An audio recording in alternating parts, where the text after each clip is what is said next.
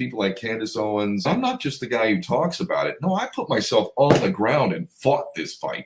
None of you did that. Tommy Robinson, he's as fake gets, and now he's in prison. I think the dumb and dumber population buy into this guy being your savior. Bismillahirrahmanirrahim. I saw you comment on the summer riots when they were happening. A major instigator in fueling the tensions amongst the British public was Tommy Robinson, a man whose wheeling, dealing and bending of the laws has landed him in prison again, this time for 18 months. What's your opinion on people like Tommy Robinson's stance on immigration, his recent prison sentence, and his ties essentially to Israel? Tommy Robinson, he talks all this rubbish about Islam. I know too many good Muslims. I've lived in Muslim nations. What I see in Islam is that we all pray to the same God, and God will judge all of us anyway. But what I see in the way that Islam is characterized, who controls the media? Okay, that might explain why those who lie and misrepresent Islam get so much favor, apparently, Tommy Robinson.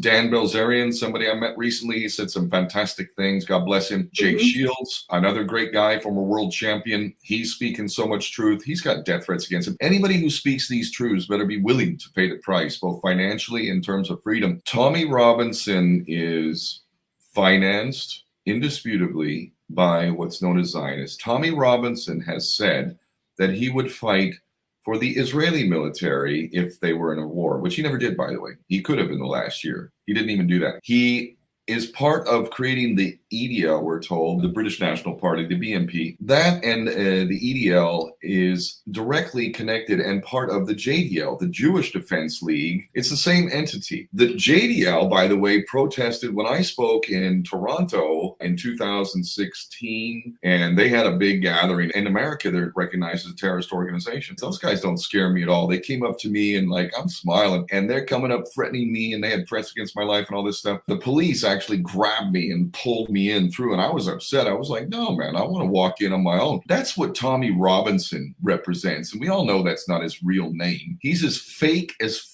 gets, and now he's in prison. I think it's sort of like a show now to make him out more of the hero so the dumb and dumber population can buy into this guy being your savior. He is financed by the very enemies of England and Europe. So that brings us into his policy on immigration. The best lies are partially true and so on and so forth. First off, if England and America hadn't been invading all of these Muslim nations and destroying their nations, then it would have every right to reject all who came from those places. The Rothschilds have owned this place and been instigating war for at least since the 1700s.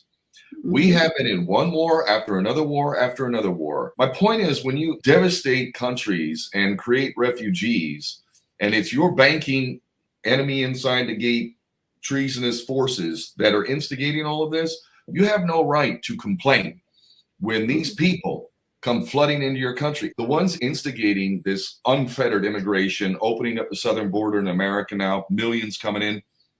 This is not a Muslim instigated policy. It is not a Christian instigated policy. It is a New World Order, globalist, Klaus Schwab destruction agenda. And that's what Tommy Robinson and his ilk, they just ignore all the context. Like in Gaza, right? It all started October 7th, 2023, right? They're playing us. Here's the positive side, though, on that note. I'm pretty confident that many people of Pakistani origin, of African origin, if their country wasn't completely trashed and corrupt, that many of them would return back. Because I have met too many immigrants who have told me, and most convincingly, that the reason why they're here is because either there's war and the prospect of being recruited into a war and the horrendous reality of that possibility.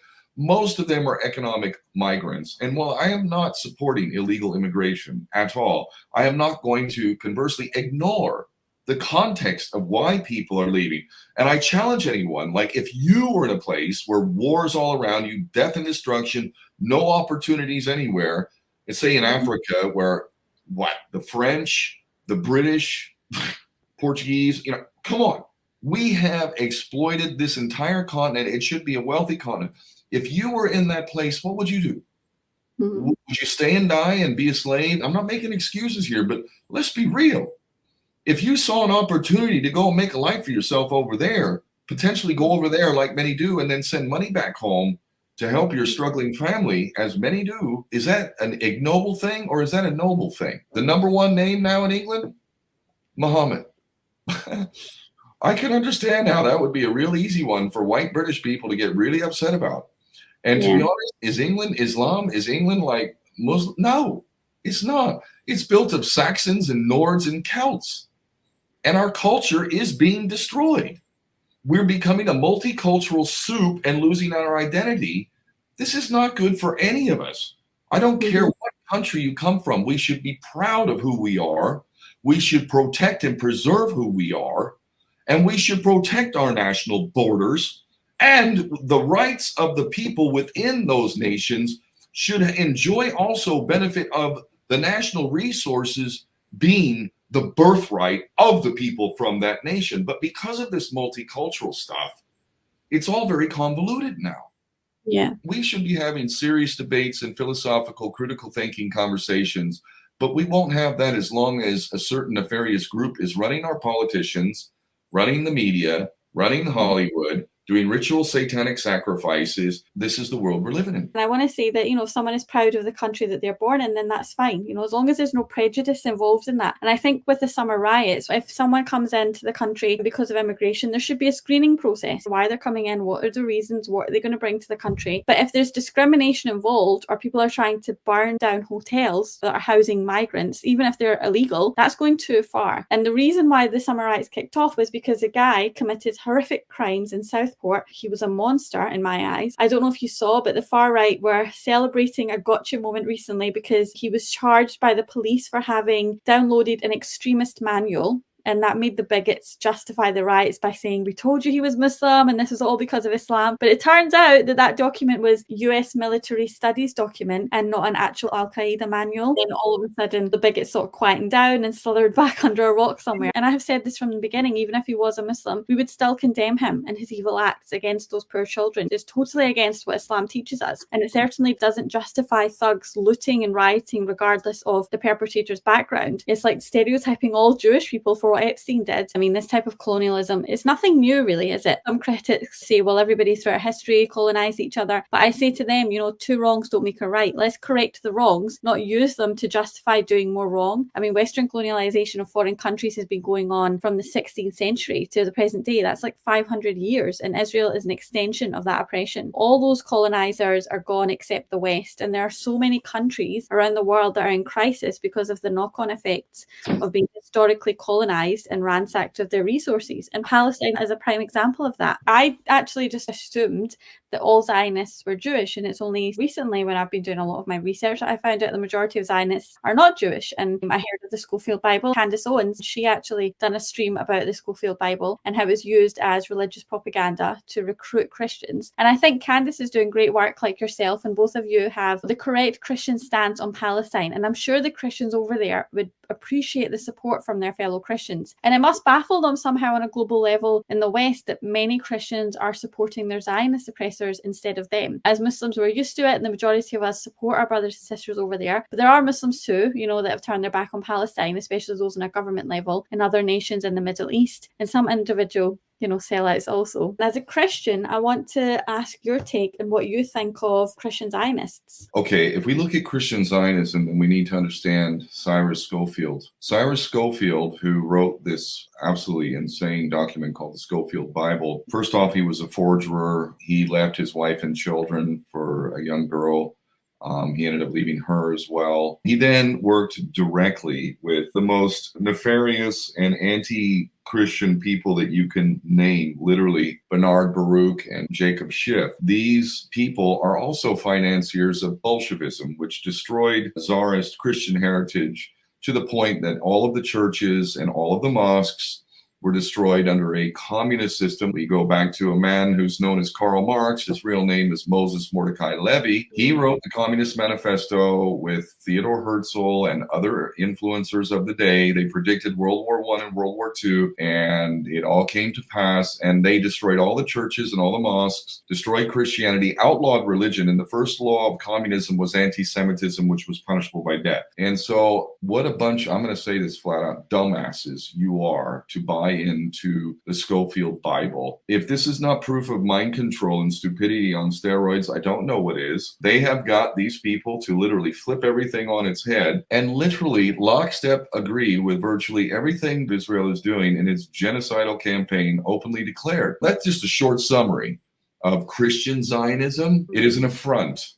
It's kind of like ISIS. That is Israeli Secret Intelligence Services. The Christian Zionist idiots, they're a version of the same technique. So ISIS, Israeli Secret Intelligence Services, is as Islamic as Satan, okay? The same thing goes for Schofield and his financiers. That is as Christian as, who's the least Christian? I don't know, Lucifer, okay? The bottom line is ideological subversion, the way it works and how you need 20 years, because within one generation, you can basically mind control the people into a state of stupidity that would explain how stupid we are today. It's willful ignorance, it's cognitive dissonance, and it's all socially engineered by those who have a disproportionate amount of power through the control of the money.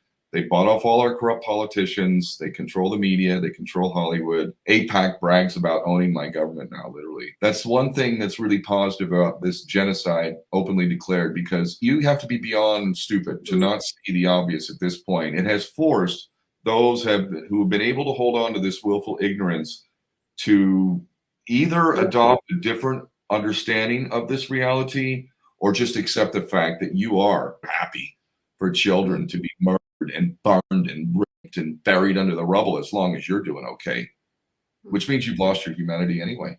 That's the positive side of genocide. It's the sacrifice of the descendants of Jesus who came from Nazareth. Ironically, the Palestinians who once again are sacrificing themselves, hopefully so that the rest of us can reawaken our humanity and do what any human being, man or woman, would need to do. If you want to know who's in charge, find out who you cannot criticize.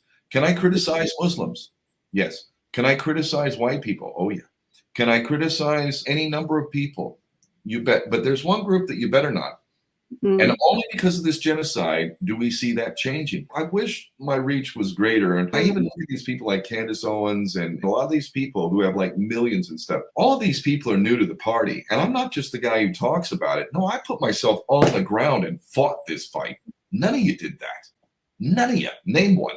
Name one. They shadow banned the hell out of me. If we had an organized vote of no confidence, guess who would get the most votes?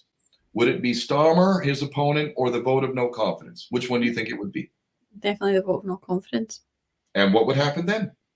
The legitimacy of the system would no longer be there, which would open the door to a system that would be truly representative, which wouldn't allow us to become a party to the crime, because our taxes and our representative governments, this is literally what they are, they represent us. This is not a dictatorship. We cannot hide behind, oh, the evil man is doing, I didn't like that. Or if people really believe in Keir Starmer, or who was his opponent anyway? I don't even remember. It was Rishi Sunak and the Tories, the guy was in before him. Right. Like the mayor of London, same thing, another criminal. A bunch of people delude themselves by going to protest, patting themselves on the back, oh, we're the good guy. You're still paying for genocide. And going to a protest is more of a party. All you do is go and have a little social gathering and support a very system financially. Financially, we are paying for genocide. If there was one thing that we need to attack, it is the financial system and usury. 0.02% of the human population has an insane, disproportionate amount of control of the world we live in. They are 2% of the United States, and they have absolute control over my birth nation. They are a similar figure, a little less than 2%, if I'm not mistaken, here in the United Kingdom. They own this country.